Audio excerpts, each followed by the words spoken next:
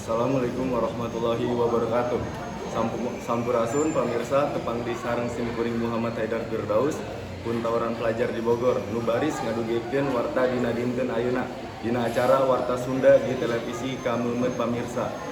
Sunda Loka TV Salasa 3 Oktober 2023 sejak ngasengkaeun warta utama tawuran pelajar di Bogor. Polisi jeung warga ngabubarkeun dua rombongan murid di genep sakola anu rek tawuran di Ciheuleuh, Kota Bogor. Hiji murid ditahan kalayan bukti pedang.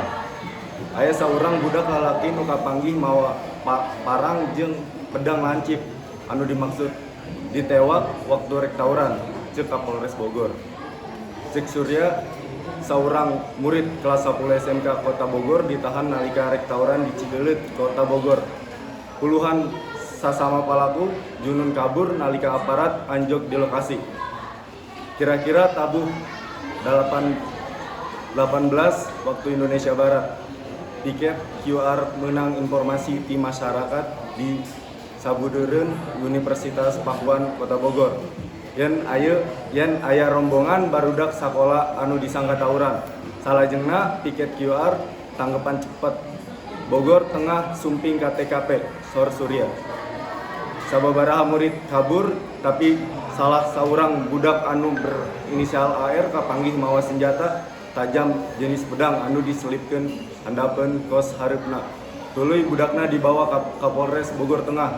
Tambahna ka polisi, AR ngaku geus ngayakeun tawuran jeung rombongan mahasiswa di sabaraha sakola di Sabudeureun Universitas Pakuan Kota Bogor. Eta sabada sakola silaturahmi jeung sasama murid di dua sakola nyaeta SMK Tridharma hiji jeung SMK Tridharma 3. Jumlahna leuwih ti 20 urang, cek Surya.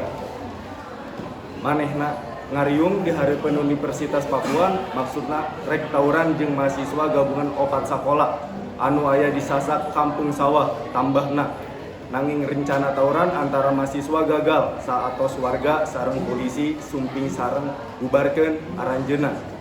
Sanggeus dideuketan ku polisi jeung warga tuluy kabur. Barudak nu diamankeun di Sabudeureun Jalan Cidanghiang, Jelas Surya.